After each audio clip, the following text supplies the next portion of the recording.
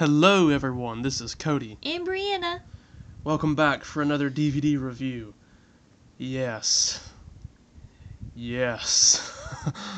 As you can see, We have our guest Ghostface with Scream 4. we had planned to do this review later on. We were actually going to save it for Halloween, but we had a request to do it immediately. So, we thought we would just go ahead and, fulfill that request and do it. It's kind of hard not to do it. It is. I can't handle it anymore. We have to do it. This is, of course, Scream 4, which saw release in theaters of April 2011. 10 horrible years went on after Scream 3. Scream fans thought that was all we were getting. We assumed that the Scream trilogy was going to wrap it up, that it was intended to be a trilogy, and Wes Craven was going to leave it at that. That is not the case, as you can see. It did make it back for a sequel, which completely surprised me. Did it surprise you? Yeah, and I thought it wouldn't be that good because I thought it'd been too long, but it's better than the first one. It's hard to say, but it's true. It's just the best, and it's right there, almost like best movie ever. It's right there next to Amazing Spider-Man 2. To say it's better than the first one is a little more difficult for me. It's like I'm not saying it's not better than the first one. I don't know. They're so great. It's certainly better than Scream 3, and it's even better than Scream 2.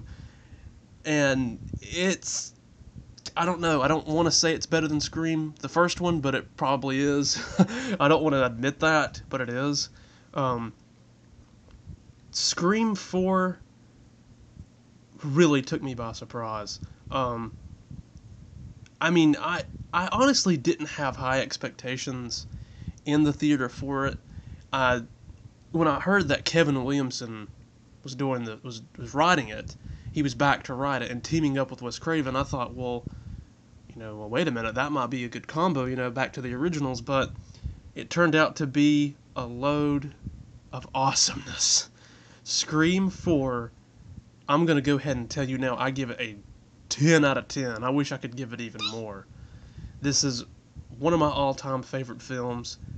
Brianna, you can agree, I'm sure. Yeah, it's 10 out of 10.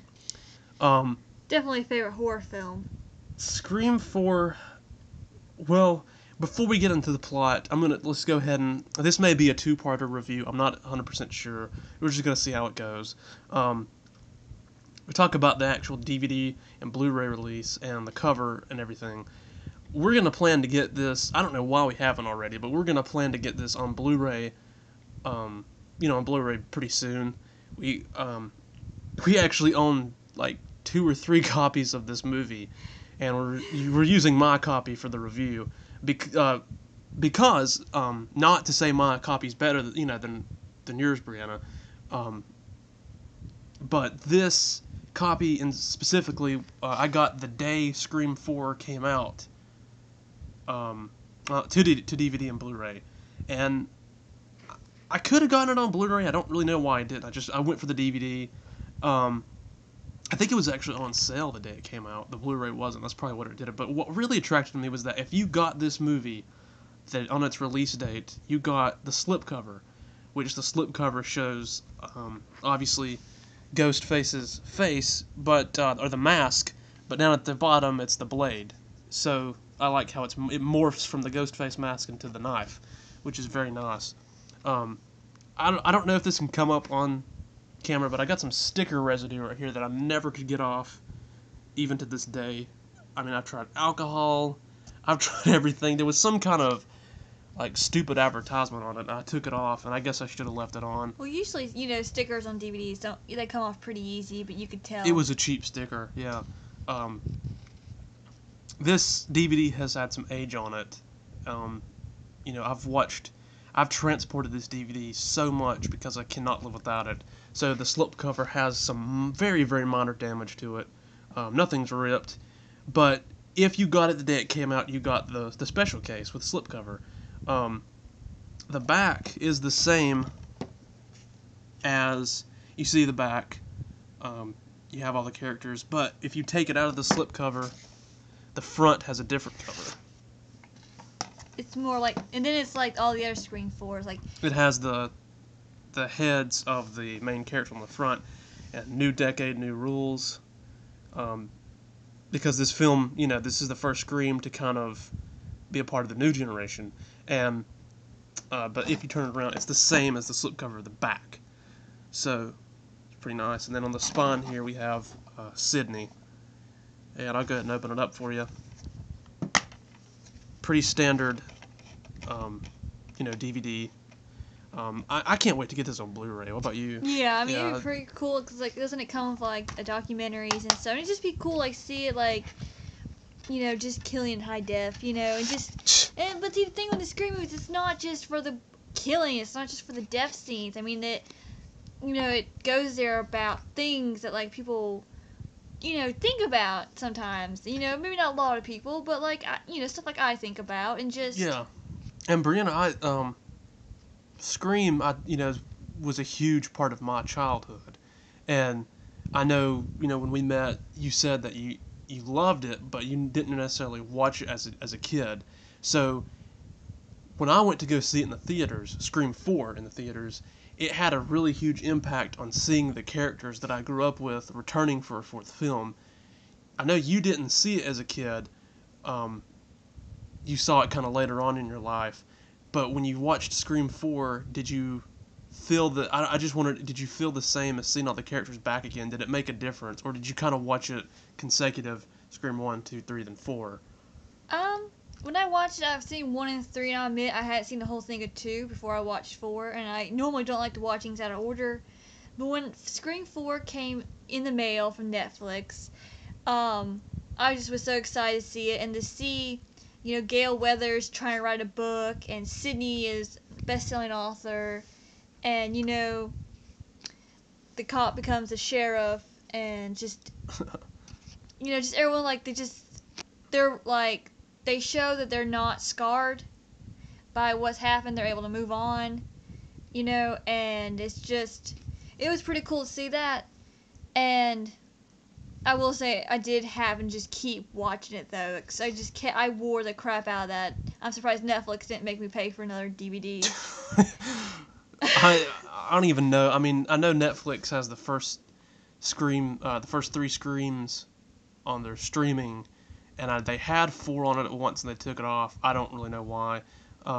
But so as far as we see the return of the characters in the 4th film, this movie blew me away. I mean, it was like, it's actually my favorite horror movie ever. Like, it really is. And Scream is, and this, I mean, you feel the same way. Scream is the best horror franchise. But honestly, the 4th one is my favorite film. Like, it's my favorite horror film. And nothing can compare, because, I mean, what can you say about it? I don't really know what to say, because...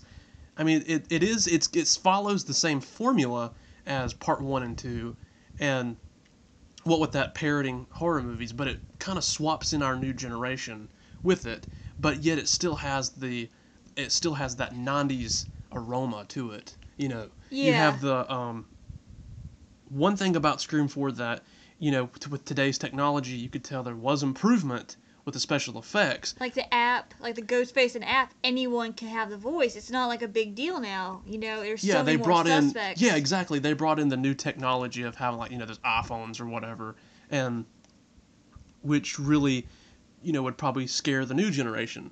What kind of scared me more was all the whole caller ID, because when we grew up in the 90s, that's what it was. But now as time has moved on, Scream 4 shows that as well, and that it was done very well. I